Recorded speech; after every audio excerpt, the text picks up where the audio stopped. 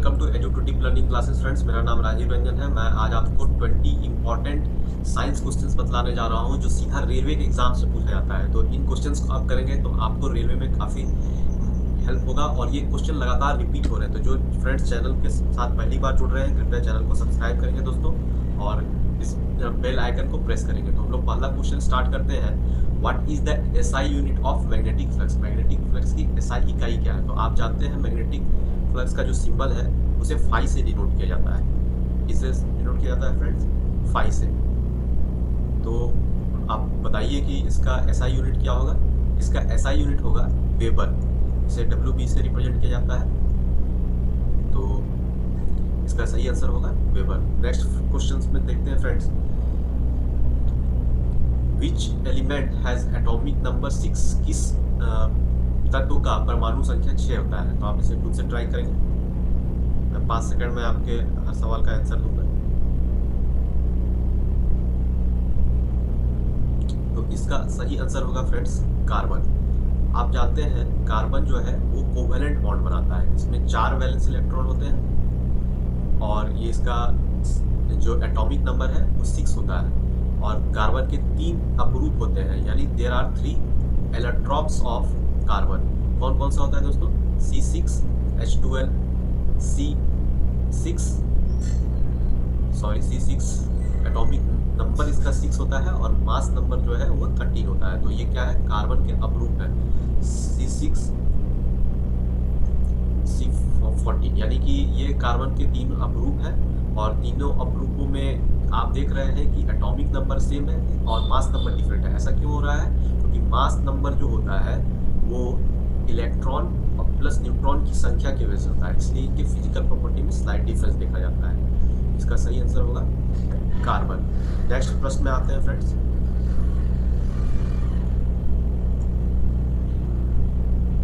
तो अगला आप इसका सही आंसर क्या होगा? कार्बन, है ना?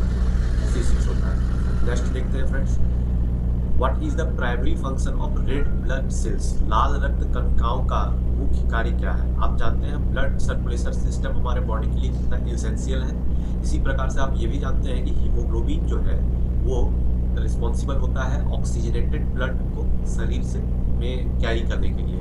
आप तो इससे जानते हैं आप ये इसका सही आंसर क्या होगा? टू कैरी ऑक्सीजन, है ना? तो what is the main function of red blood sales? Carry oxygen. Which gas is most responsible for green house effect? आप जानते हैं एक पर्यावरणीय घटना होती है ग्रीन हाउस गैस, जिसमें मेन आप ग्रीन हाउस ये सभी oxygen, nitrogen, carbon dioxide, methane, ये वाटर वेपर, ये सभी ग्रीन हाउस गैसेस के एग्जाम्पल है। लेकिन यहाँ पूछा जा रहा है कि ग्रीन हाउस प्रभाव के लिए सबसे अधिक जिम्मेदार कौन है? तो सबसे अधिक जिम्मेदार है दोस्तों मीथेन। और मीथेन का एक और नाम है, इसे मार्सी गैस भी कहा जाता है। ऐसा मार्सी गैस क्यों कहा जाता है? क्योंकि ये मार्सी लैंड्स में अवेलेबल है, मतलब वहाँ पर ये ज़्यादा मिलता है। मैं लिख देता हूँ इसे। रेलवे में ये पूछा गया सवाल है कि इसे मार्सी गैस इसे कहा जाता है। मार्सी गैस कहा जाता है CH4। और आप यहाँ पर जानते हैं कि कार्बन जो है वो कोवेलेंट बॉन्ड बनाता है, तो इसका स्ट्रक्चर कुछ इस प्रकार से बनेगा CH4। आजकल रेलवे इन सवालों को भी पूछने लगा है, तो आप इस पर भी फोकस करेंगे। एक और चीज़ मैं बता देता हूँ कि एक प्रश्न पूछा जाता है रेलवे में अक्सर कि एग्रीकल्चर जो है, एग्रीकल्चर एक्टिविटी से सबसे ज़्यादा गैस कौन सा निकलता है? तो अभी जैसे खेती का कटाई का समय चल रहा है, तो एग्रीकल्चर एक्टिविटीज़ में सबसे ज़्यादा निकलने वाला गैस मीथेन है। नेक्स्ट हम लोग देखते हैं। Mass of electron is 9.1 × 10⁻31 kg। The mass in atomic mass unit, ये आपको इसमें पूछ रहा है, AMU में पूछ रहा है। तो इसका सही आंसर क्या होगा दोस्तों? इसका सही आंसर होगा 1/31। ये पूछ रहा है आपको एटॉमिक मास यूनिट AMU में। AMU में इसका सही आंसर होगा 1/1837। नेक्स्ट हम लोग देखते हैं। The sum of change in kinetic and potential energy is always. गतिज एवं स्थितिज ऊर्जा में परिवर्तन का योग सदैव क्या होता है? तो आप जानते हैं law of conservation of energy इसमें प्ले करता है, यानी energy can neither be created nor can be destroyed, it can only transform from one from to another. यानी कि ऊर्जा का ना निर्माण किया जा सकता है, ना ही इसका क्षय किया जा सकता है। यह सदैव एक रूप से दूसरे रूप में परिवर्तित होती रहती है। मैं आपको एक एग्जाम्पल से बताता हूँ। सपोज एक हाइट पर, एक बिल्डिंग के एक हाइट पर आप है और यहाँ से आपने एक बॉल को नीचे थ्रो किया है, तो बॉल इस प्रकार से नीचे गिरेगा। तो इस समय बॉल, ये मान लीजिए ग्राउंड है, तो अभी बॉल के पास जो है इसका कौन सा एनर्जी होगा, ये एनर्जी होगा पोटेंशियल एनर्जी। पोटेंशियल एनर्जी का फॉर्मूला होता है फ्रेंड्स E = mgh, मास, ग्रेविटेशनल एक्सेलरेशन, और ये हाइट, कितने हाइट से बॉल गिर रहा है। तो आप इसको डिटेल से हम समझते हैं थोड़ा सा। फिलहाल इसका आंसर जो है वो 0 होगा। कैसे होगा वो मैं अभी आपको समझाने की कोशिश कर रहा हूँ। मास मान लीजिए बॉल का है 10, और ये एक्सेलरेशन ड्यू टू ग्रेविटी कितनी होती है, ये भी 10, और हाइट भी मान लीजिए इसका है 10 मीटर, ठीक है। तो अभी जब से ही यह बॉल इस पोजीशन पर है, रेस्ट पर है, तो इसमें होगी गतिज ऊर्जा, पोटेंशियल एनर्जी। जैसे ही इस बॉल को थ्रो किया जाएगा, इसमें एक गति आएगी, तो एक्सेलरेशन ड्यू टू ग्रेविटी के कारण ये बॉल नीचे डाउनवर्ड फॉल होगा। जब ये नीचे की ओर आ रहा होगा, तो ये जितना पोटेंशियल एनर्जी था वो स्टार्ट हो जाएगा कन्वर्जन में, काइनेटिक एनर्जी में। जैसा कि law of conservation of energy कहता है, energy can neither be created nor can be destroyed, it only transform from one two another. यानी पोटेंशियल एनर्जी से अब ये काइनेटिक एनर्जी में ट्रांसफर होगा। लेकिन जब जितना पहले था ना इसका पोटेंशियल, उतना ही अब ये इस बॉल के हिसाब से होगा। और काइनेटिक एनर्जी का फॉर्मूला जानते हैं, 12mv² होता है, ठीक है। तो ये पोटेंशियल एनर्जी का सारा सिर्फ फ्रिक्शन को अगर हम छोड़ देते हैं तो काइनेटिक एनर्जी में चेंज होगा। और इसी तरह से ये पोटेंशियल प्लस जितना पोटेंशियल एनर्जी है उतना ही काइनेटिक एनर्जी में कन्वर्ट होगा। इसीलिए इसे कहा जाता है कि सम टोटल जो होगा यही इक्वेशन बनेगा। मान लीजिए इसको हम लोग ऐसे ले आते हैं इधर, इस पोटेंशियल एनर्जी, तो ये इस साइड आएगा तो माइनस होगा, माइनस काइनेटिक एनर्जी, तो यहाँ क्या बच जाएगा, कुछ नहीं, 0। इसलिए पूछा जा रहा है प्रश्न में, the sum of change in kinetic energy and potential energy is always 0। Hopefully आप समझ गए होंगे। अब रेलवे इस प्रकार के ट्रिकी क्वेश्चन पूछता है, तो अगर आपको ये क्वेश्चन समझ में आ रहा है दोस्तों, और चैनल आपने अभी तक सब्सक्राइब नहीं किया तो कृपया सब्सक्राइब करेंगे। नेक्स्ट क्वेश्चन देखते हैं हम लोग। Which part of kidney is responsible for filtering blood? वृक्क का कौन सा भाग रक्त का फिल्ट्रेशन में यूज होता है? तो आप बताएंगे इस फ्रेंड्स इसको। तो इसका सही आंसर होगा ग्लोमेरुलस। देखिए ह्यूमन किडनी जो है, मैं बनाने का कोशिश कर रहा हूँ, आप समझने का प्रयास करेंगे। ह्यूमन में 2 किडनी होती है, और दोनों किडनी का काम है ब्लड को फिल्टर करना, है ना। तो ये इम्प्योर ब्लड को फिल्टर करती है।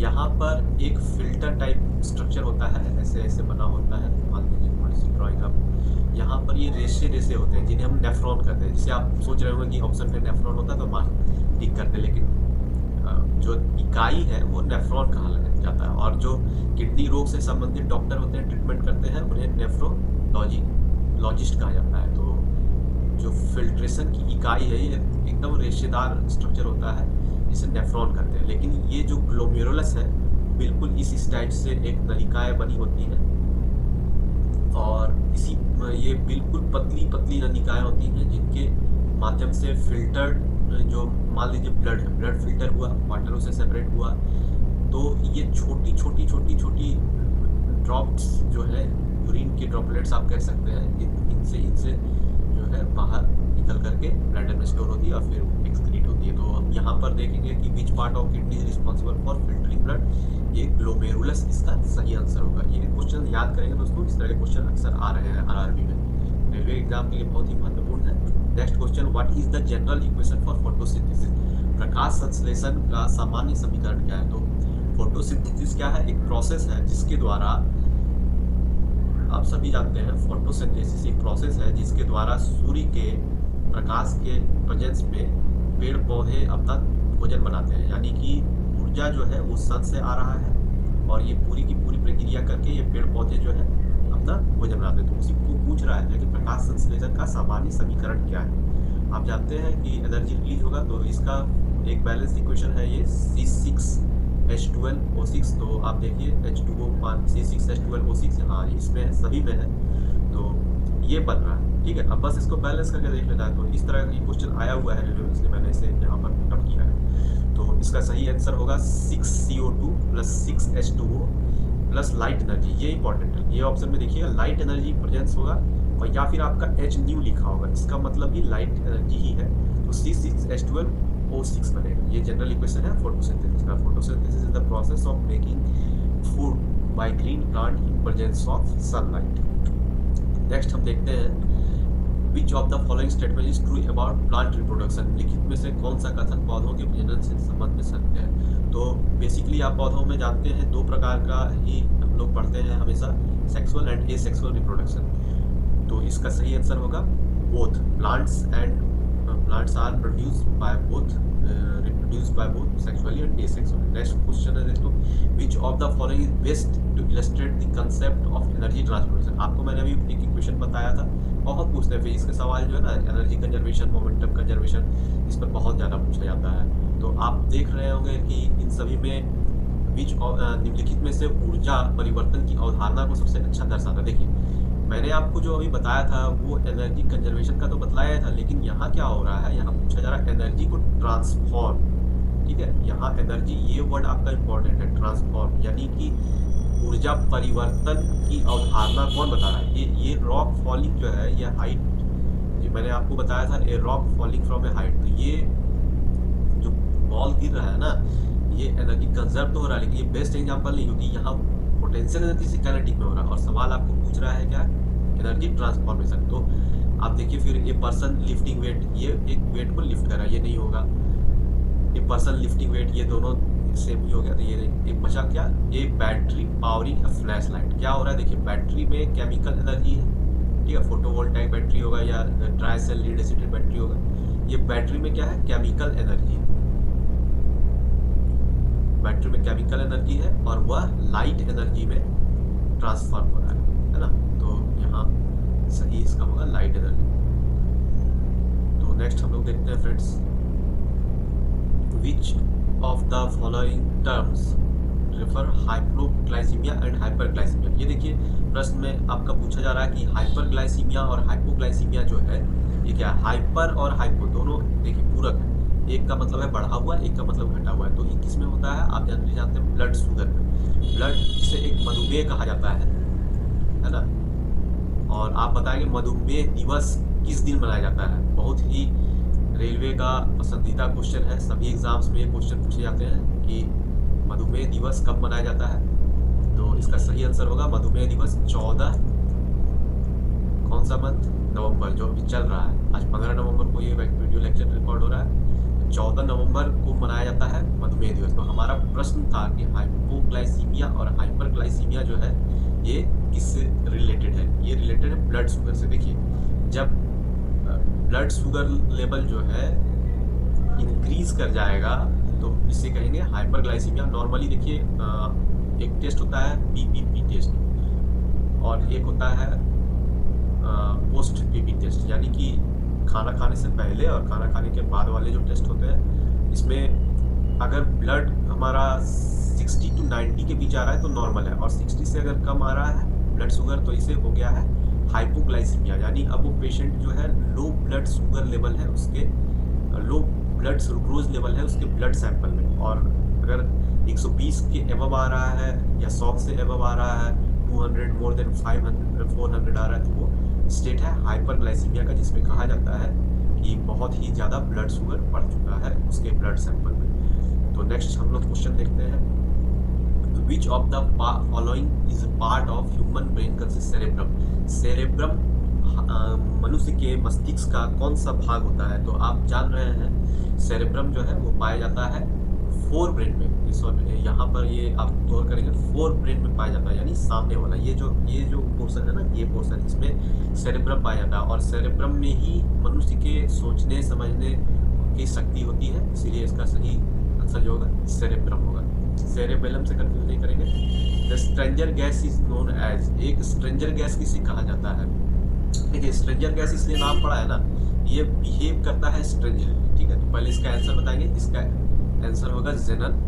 ठीक है, तो ये क्या करता है, ये जो सभी के सभी देख रहे हैं हीलियम, आर्गन, जेनन, क्रिप्टन, नियॉन, ये सभी के सभी कौन सा गैस है, इनर्ट गैस। तो इनर्ट गैस की प्रॉपर्टी होती है कि वे किसी के साथ रिएक्ट नहीं करते हैं, कंपाउंड नहीं बनाते हैं, केमिकल रिएक्शन में पार्ट नहीं करते। बट ये जो जेनन है ना, ये ऑक्साइड बना लेता है, जैसे SX6 बना लेगा, जेनन फ्लोरोक्साइड बना लेगा। तो इसलिए इसके स्ट्रेंज बिहेवियर के कारण कहा जाता है इसे स्ट्रेंजर गैस। ठीक है, फेवरेट क्वेश्चन है रेलवे का। तो दोस्तों अगर आपको ये सेशन पसंद आ रहा है तो कृपया इसे लाइक करेंगे, शेयर करेंगे और अपने दोस्तों के साथ इसको शेयर करें। फ्रेंड्स, चैनल पर अगर आप नए हैं, आपने अभी तक वीडियो को सब्सक्राइब नहीं किया तो प्लीज़ सब्सक्राइब करेंगे। नेक्स्ट देखते हैं हम लोग electron microscope works on which of the following principle. Electron microscope किस सिद्धांत पर कार्य करता है? तो ये आप देखिए, ये कार्य करता है friends wave nature of electron. तो दो नेचर होता है। पहला नेचर है आपका वेव नेचर इलेक्ट्रॉन का और दूसरा है पार्टिकल नेचर। ठीक है, ये अगर आप इसे लिख लें तो पार्टिकल नेचर ये भी पूछा जा सकता है एग्जाम में। तो ये जो इलेक्ट्रॉन माइक्रोस्कोप है ना, ये फंक्शन करता है आपका वेव नेचर पर। ठीक है, नेक्स्ट हम लोग देखते हैं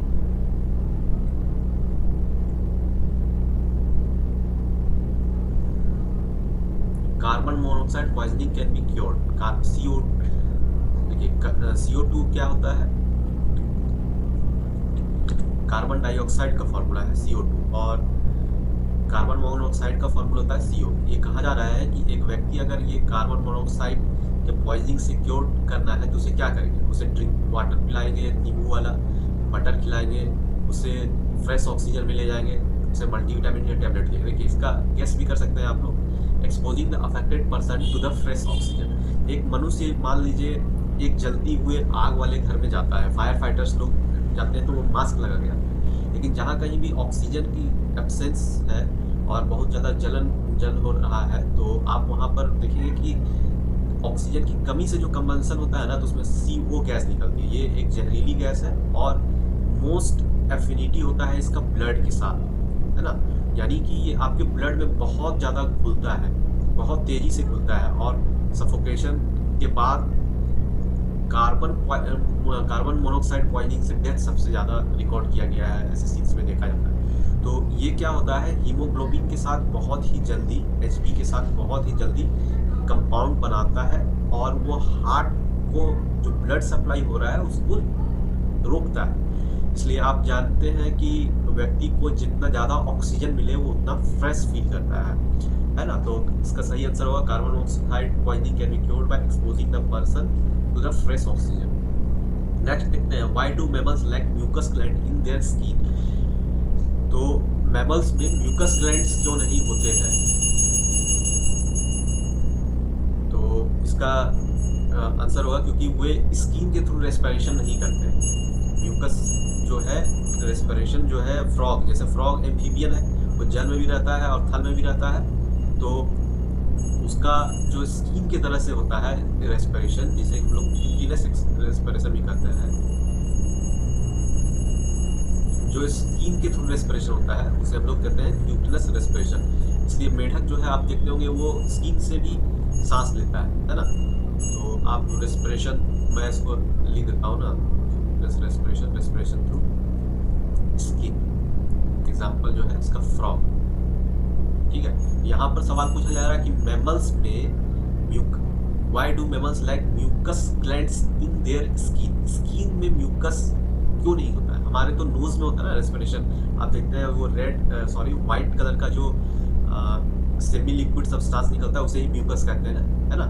तो वो पाया जाता है हमारे नाक में। लेकिन क्वेश्चन पूछ रहा है कि मैमल्स में स्किन में क्यों नहीं होता है? क्योंकि कोई मैमल्स जो है स्किन से नहीं करते। जैसे ह्यूमन है, ह्यूमन का नाक है, गाय है उसका नाक बना हुआ है, शेर है, तो सभी का अपना एक रेस्पिरेशन सिस्टम एडवांसली डेवलप्ड है। लेकिन फ्रॉग में ये नहीं है डेवलप, इसलिए वो स्किन से करते हैं रेस्पिरेशन, जिसे कि क्यूटिनस रेस्पिरेशन कहा जाता है। तो नेक्स्ट हम देखेंगे क्योंकि इसका आंसर क्या होगा दोस्तों, the skin is not respiratory. Which of the following is the unit of rate of chemical reaction. देखिए रेट ऑफ केमिकल रिएक्शन का आप सीधी फॉर्मूला देखिए ये होता है मोल। सॉरी मैं लिख देता हूँ यहाँ पर, आप इसका आंसर बताएंगे, जो टिक है वो गलत है, इसलिए आप इसको बताइए क्या होगा कमेंट में। इसका रेट ऑफ केमिकल रिएक्शन है ना, तो इसका फॉर्मूला होगा आपका मोल पर लीटर, तो आता ही है, सॉरी मोल तो आएगा ही, और ये आएगा नीचे लीटर पर सेकेंड, तो होगा मोल पर लीटर पर सेकेंड, यानी ये इसका सही आंसर होगा। कंसंट्रेशन आएगा ना यहाँ पर, ये कंसंट्रेशन का है, और विद रिस्पेक्ट टू टाइम जो है वो चेंज को शो करेगा। What is mainly obtain from bauxite, तो आप इसका जानते हैं, ये आसान सवाल है। ये कॉपर जो है Al2O3, सॉरी अल्मोनियम इसका होगा आंसर। देखिए यही आसान सवाल आपके गलत होते हैं। तो Al2O3 जो है अलुमिना भी कहते हैं Al2O3, ये है बॉक्साइट का ओर। जब ओर क्या होता है, जिससे हम मेटल एक्सट्रैक्ट करते हैं मेटलर्जिकल प्रोसेस के थ्रू। तो इसका सही आंसर होगा एलुमिना, ठीक है, एल्यूमिनियम इसका सही आंसर होगा। Silicon is which type of material, semiconductor, insulator, conductor, no option is correct. Silicon क्या है, इसका सिंबल मैं बना देता हूँ पहले। आप इसका आंसर दे पा रहे हैं, सही आंसर ही कर रहे हैं, कर लो। इसका सिलिकॉन का SI होता है, ठीक है। यह एक सेमीकंडक्टर है जो कि आप कंडक्टर और इंसुलेटर के बीच का, यानी कि सर्टेन कंडीशंस अगर सेटिस्फाई होंगे तो वो कार्य करेगा एक कंडक्टर की तरह, और नहीं तो वो कंडीशन अगर मेट नहीं करेंगे तो वो कार्य करेगा एक इंसुलेटर की तरह। तो इसका सही आंसर होगा सेमीकंडक्टर। नेक्स्ट हम लोग देखते हैं, विच of the following is the use of aspirin drug. Aspirin का इस्तेमाल ड्रग में क्यों किया जाता है, किस लिए किया जाता है। तो आप जानते हैं एस्पिरिन, जैसे कॉमन आप एस्पिरिन का नाम बताइए मुझे, सेराडीन वगैरह आता है, था बहुत सारा एस्पिरिन मिलते हैं मार्केट में। इन्हें मल्टी ड्रग कहा जाता है। ये जो एस्पिरिन है ना, इसे मल्टी ड्रग कहा जाता है। मल्टी ड्रग है, इसका मतलब क्या है, ये कई तरह के रोग में आपका रिलीफ करेगा। पेन से रिलीफ करेगा, बॉडी एक से रिलीफ करेगा, फीवर भी ये कम कर सकता है, स्केलेटन पेन में भी ये काम करता है, और स्लाइटली ये हार्ट अटैक्स को रिड्यूस करता है। वैसे तो डायरेक्ट यूज नहीं कर सकते, तो इसका ऑल ऑफ द एबव जो है सही आंसर होगा।